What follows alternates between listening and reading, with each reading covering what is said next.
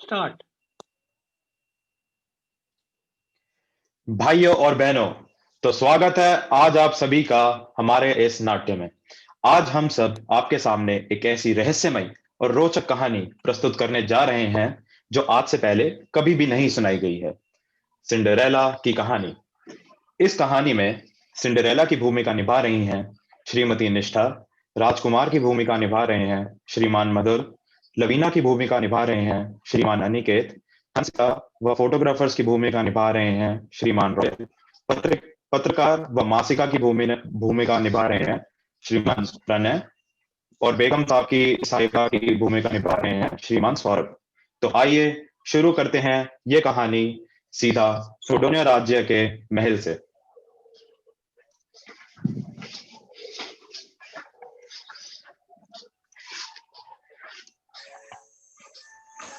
अरे हंसिका, हंसिका देखो, वो आ गया।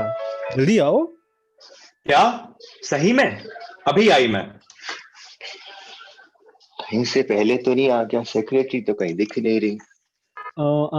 इधर सुनिए जनाब, आप यहाँ किसी से मिलने आए हैं? जी हाँ, नमस्ते मैडम। मैं रानी साहिबा से मिलने आया था, लेकिन उनकी सेक्रेटरी कहीं दिख नहीं रही। ओह, माफ कीजिए, शायद वो अपने किसी काम से व्यस्त होंगी। चलो कोई बात नहीं। मुझे लगता है आप मुझसे कुछ कहना चाहते हैं। अम, जी हाँ, लेकिन अगर हमने अपना मुंह खोला ना तो हम बहुत मुश्किल में पड़ जाएंगे। तौबा तौबा। लेकिन चलो, चिंता हम बाद में कर लेंगे। अगर मेरा अनुमान सही हो तो आप पत्रकार हैं ना जनाब? जी हाँ, गृह शोभा न्यूज से। गृह शोभा? हमारे पास एक ऐसी चटपटी कहानी है जिसे पढ़कर गृह शोभा को पढ़ने वाले भौचक्के रह जाएंगे। क्या आप हमारी कहानी सुनेंगे? अच्छा अच्छा अच्छा। उससे पहले मैं आप दोनों का परिचय जान सकता हूँ? महाशय, हम रानी सिंड्रेला की सौतेली माँ की असली बेटियां हैं। सिंड्रेला की सौतेली माँ? फिर तो आप वो बदसूरत बहनें। बिल्कुल, वही बदसूरत बहनें, बस 50 साल बूढ़ी। एक सेकंड, लेकिन आपको कोई बदसूरत कैसे बोल सकता है? आप तो बदसूरत बिल्कुल नहीं है। अजी रहने भी दे, हमें तो अब आदत हो गई है। 50 साल पहले तो हम और भी खूबसूरत हुआ करती थी। और लवीना, लवीना तो यहाँ इतनी सुंदर थी कि राजकुमार इस पे अपनी जान छिड़कते थे। कौन? वो गुजरे हुए राजकुमार? जी हाँ, वही। हम्म। वो आप में आपसे सच में प्यार करते थे? हाँ, उन्होंने खुद ही अपने प्यार का इजहार मुझसे किया था। तो फिर उन्होंने आपसे शादी क्यों नहीं करी? अरे, वो तो एक लंबी कहानी है। होनी भी चाहिए, दुनिया भर में तो कुछ और ही प्रचलित है इतने सालों से। क्या? दुनिया भर में? यही तो बात है, हम अपनी कहानी आज तक किसी को सुना ही नहीं पाए। इस महल की चार दीवारी से बाहर निकले तभी तो किसी को सुनाए। अरे ऐसा मत बोलिए, मैं सुनूंगा आपकी कहानी, बताइए। अरे सही में, बहुत खूब। अब आप ऐसे कल्पना कीजिए कि हम 50 साल पहले चले गए, जब हमारी उम्र लगभग 20 की थी और हम बिल्कुल सयाने थे। मेरे बाल ऐसे सफेद नहीं बल्कि काले और घने हुआ करते थे। और मेरे बाल सुनहरे। हमारा फैशन सातवें आसमान पर हुआ करता था। दुनिया की सारी लड़कियां हमसे जलती थी। एक दिन की बात है, मैं रसोई में गई तो मैंने देखा सिंड्रेला रोज की तरह कोने में अपना रोंदड़ू सा मुंह लेकर बैठी थी। 50 साल पहले।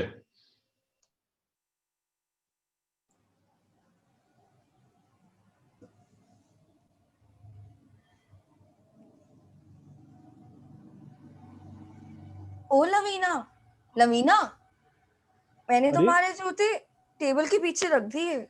सिंड्रेला, मुझे तो तुम दिखी नहीं। तुम कब आई? अच्छा, मेरे जूते, तुमने उन्हें साफ कर दिया है। इसकी वजह से जरूरत नहीं थी, पर शुक्रिया। और बोलो, मैं तुम्हारा क्या काम कर सकती हूँ? कुछ भी नहीं। नहीं नहीं, आदेश दो। तुम्हारा और कौन सा काम मैं कर सकती हूँ? सिंधु, ऐसे बोल के मुझे शर्मिंदा मत करो। भला तुम मेरा काम क्यों करोगी?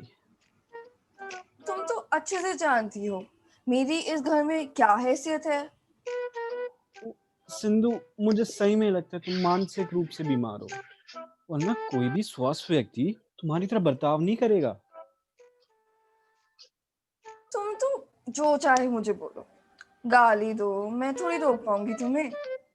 बस मैं पढ़ाई नहीं कर पाई और तो क्यों तुम। नहीं कर पाई पढ़ाई तुम? क्योंकि स्कूल जाते ही तुम्हें बहाने मारने लग जाती थी। बीमार होने का नाटक करके तुम परीक्षा नहीं देती थी। अच्छा, मैं माफी चाहूंगी प्रिय लवीना, लेकिन ये सब करने के लिए मेरे पास तुम्हारी तरह ना शातिर दिमाग नहीं है। कल मुही, कमीनी कहीं की। तब तो तुझे किसी जानवर के दिमाग का सर्टिफिकेट मिल जाना चाहिए, है ना? प्यारी बहना, ऐसे गाली मत दो मुझे। भगवान के लिए फिर से शुरू मत हो जाओ तुम। फिर से अपना मुंह खोला ना तुमने, तो मैं तुम्हें झाड़ू लेके तुम्हारे सर पे फोड़ दूंगी। अरे अरे, रुक क्यों गए? बोलो बोलो और बोलो, शर्म आ रही है अब? ये सुना मैंने कैसा सब शोर है? कुछ। ये ये कैसा शोर सुना है? मैंने, सुना मैंने सब कुछ। तुम क्या बोले जा रही थी? कोई तरीका अपनी बहन से बात करने का?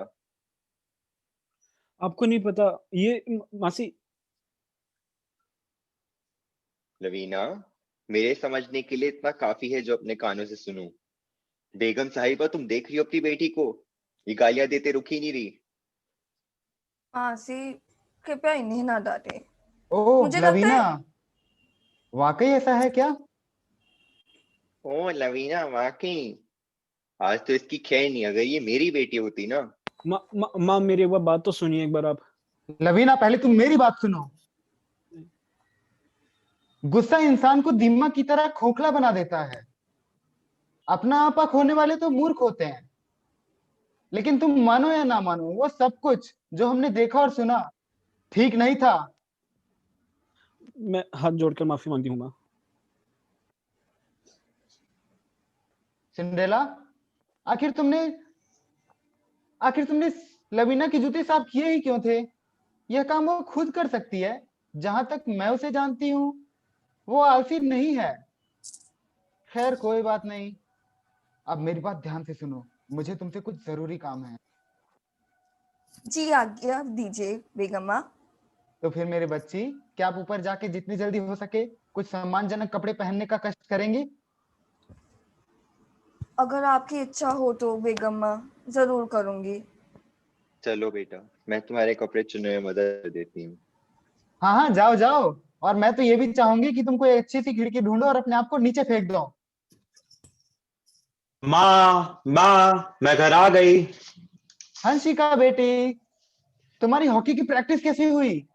हाँ, खेल में तो काफी मजा आया, लेकिन वापस आते हुए मेरे जूते गंदे हो गए। अच्छा, तो तुम्हारे जूते गंदे हो गए। खैर कोई बात नहीं, तुम जितनी जल्दी हो सके उन्हें साफ कर सकते हो।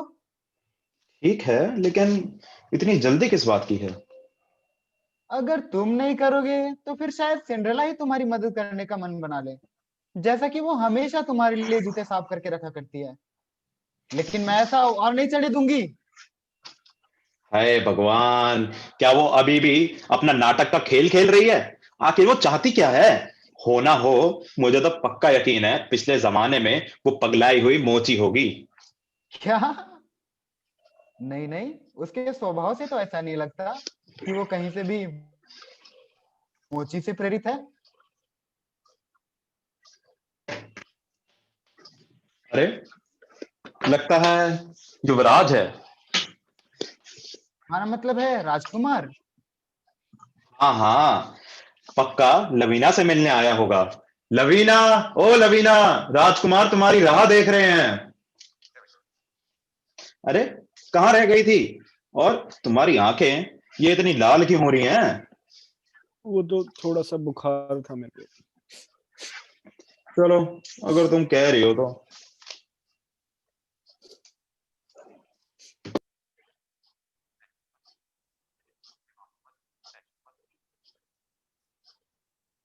अरे ये क्या, तुम रो रही हो? अरे वो सिंड्रेला, तुम्हें पता है ना वो कैसी सी लड़की है। उसने अब फटे हुए कपड़े पहनना शुरू कर दिया है। कोई बात नहीं, तुम उसे भूल जाओ। तुम्हें एक चौंका देने वाली खबर सुनाता हूँ। रुको युवराज, मुझे पहले तुमसे बहुत जरूरी बात करनी है। हम सिर्फ अच्छे दोस्त हैं ना, और हमारे बीच में ऐसा ऐसा कुछ है नहीं ना, सही में? कौन कहता है हमारे बीच कुछ भी नहीं? मैं तुमसे ही प्यार करता हूँ, समझ गई? और मैं तुमसे ही शादी करूंगा। मुझसे मूर्खों वाली बात मत करो युवराज, तुम भविष्य के राजा हो। तुम अच्छी तरह जानते हो कि तुम्हारी शादी किसी राजकुमारी से होगी, और तुम्हारा वंश तो बहुत ही बड़ा होगा। क्या तुम कृपा कर कर मेरी बात सुनोगी? पिताजी ने मेरे लिए एक स्वयंवर का आयोजन किया है और वह मेरी शादी उसी लड़की से कराएंगे जिसके साथ मैं सबसे ज्यादा डांस करूंगा। क्या? सही में? कब? अरे आने वाले किसी सप्ताह में। क्या क्या क्या ये सच है? और क्या? अरे अब जल्दी करो, कहीं ये पत्रकार मुझे देख ना लें। किसी को भनक भी नहीं पड़नी चाहिए कि हमारी शादी पहले से ही तय है। अच्छा, हाँ हाँ हाँ, चलो चलो, और रसोई के रास्ते से भाग चलते हैं, चलो।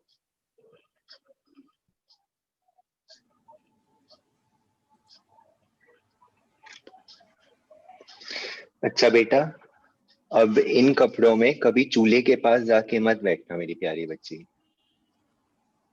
कोई और ऐसा काम है जिसमें मैं तुम्हारी सहायता कर सकूं? एक काम तो है मेरी प्यारी मासी। क्या काम है सोना? क्या आप जितने सारे हो सके उतने सारे पत्रकारों को यहाँ बुलाकर ला सकते हैं हमारी रसोई में? पत्रकारों को? ये तो बहुत अनोखी मांग है बेटा। आपको पता है ना, हमारे घर पे हमारे बड़े राजकुमार युवराज यहाँ पधारे हुए हैं।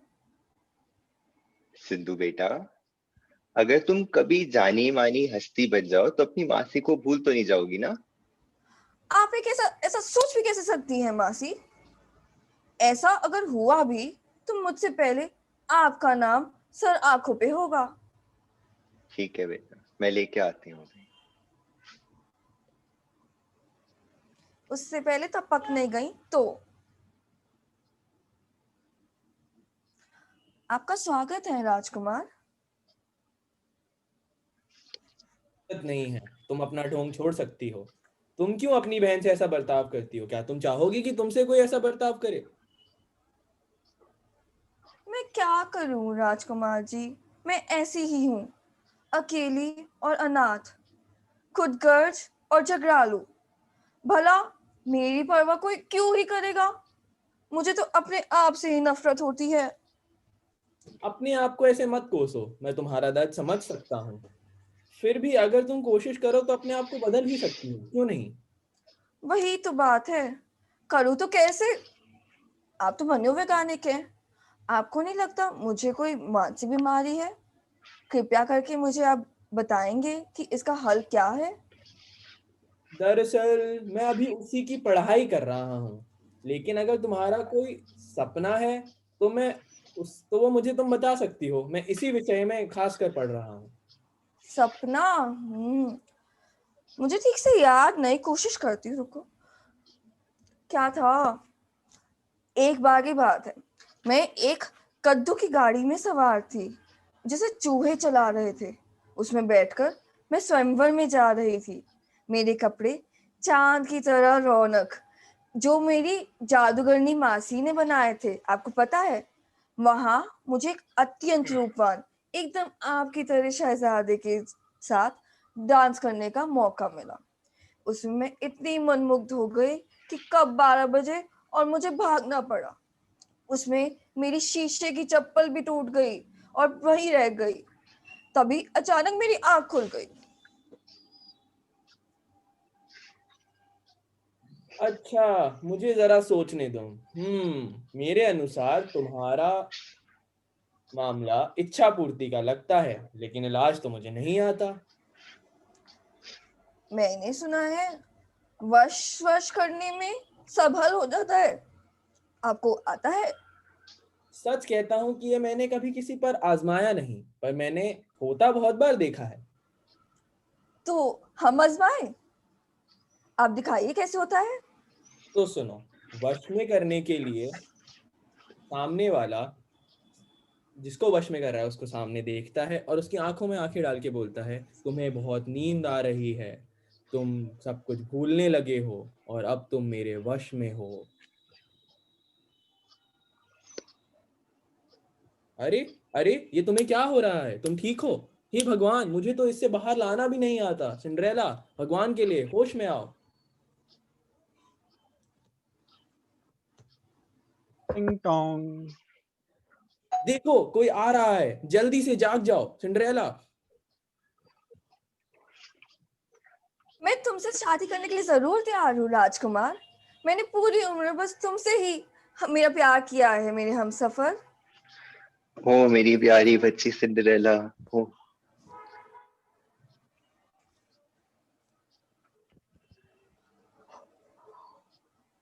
भगवान के नाम पे ये क्या हो रहा है? हाय राम, मत मारी गई है मेरी। अरे ऐसा कुछ नहीं है, देखो मैं सब कुछ समझाता हूँ। आपसे निवेदन है कि आप शांत रहे जनाब। आपकी प्रेम कहानी हमारे चश्मदीद कैमरों में कैद हो चुकी है। दूर हट नागिन कहीं की। आप कृपया करके रानी को फटकरे ना मारे जनाब। बस एक बार इधर देखिए, हमें तो कुछ तस्वीरें लेनी हैं। अरे आप सब मेरे साथ बाहर रहिए, मैं आपको पूरी सच्ची कहानी सुनाती हूँ। चलिए प्रिंस सिंड्रेला और प्रिंस की सच्ची दास्तां। चलिए। भला आप कुछ भी कैसे कह सकती हैं? आप तो यहाँ थी ही नहीं। बहुत बढ़िया। थोड़ा टाइम और ले लेते हो तुम दोनों। इस तरह चिल्लाने के लिए ऐसे। टाइम चिल्लाना? आप सबका दिमाग खराब हो गया है क्या? यहाँ कोई नहीं जो मुझे ढोंगी सिंड्रेला से बचा सके? हटो यहाँ से। प्यारे युवराज, छोड़ो से। कमी कमी छोड़ो से, तुमने उसको अपने वश में कर लिया है। शांत हो जाओ, शांत हो जाओ सब लोग, बिल्कुल चुप। युवराज, आप आगे आए और कृपया हम सबको बताएं, यह सब पूरा का पूरा ड्रामा क्या है? ये सब क्या चल रहा है? जी हाँ, वो एक कद्दू की सवारी में गई थी। अरे ये कौन सा कबीर का दोहा है? अरे वो गाड़ी चूहे चला रहे थे।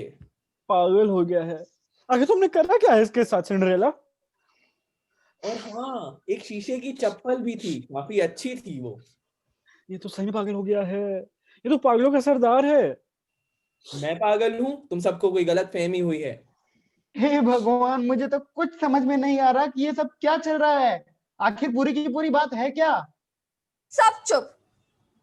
मुझे लगता है कि अच्छा होगा अगर आप सब ध्यान से मेरी बात सुने। अब बिल्कुल, अब जितना मुझे लग रहा है, अब से लेकर आप सब सिर्फ मेरी, आपके रानी की बात सुनेंगे।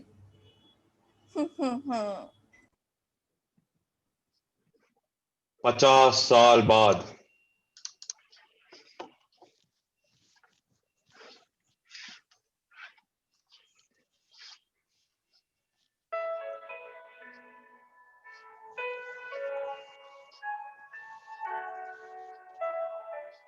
ये थी पूरी कहानी। लेकिन ये कहानी का अंत नहीं, महज कहानी की शुरुआत ही थी ये।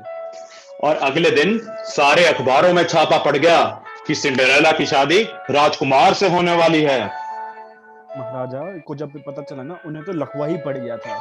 हम सबको देश के बाहर करने की निकालने वाले थे वो। लेकिन उस सिंड्रेला ने चुड़ैल की तरह महाराजा को भी अपने वश में कर लिया। और मासी जी का पता है क्या हुआ? सिंड्रेला ने उन्हें भी मरवा दिया। उनको ज्यादा ही पता था ना, इसलिए। अच्छा अरे अरे अरे अरे, कहाँ जा रहे हो अरे जनाब? जनाब, आप हमारी कहानी तो सुनोगे ना, छापोगे ना जनाब? अरे हाँ अरे जी हाँ जी हाँ जी, कल ही अरे जनाब।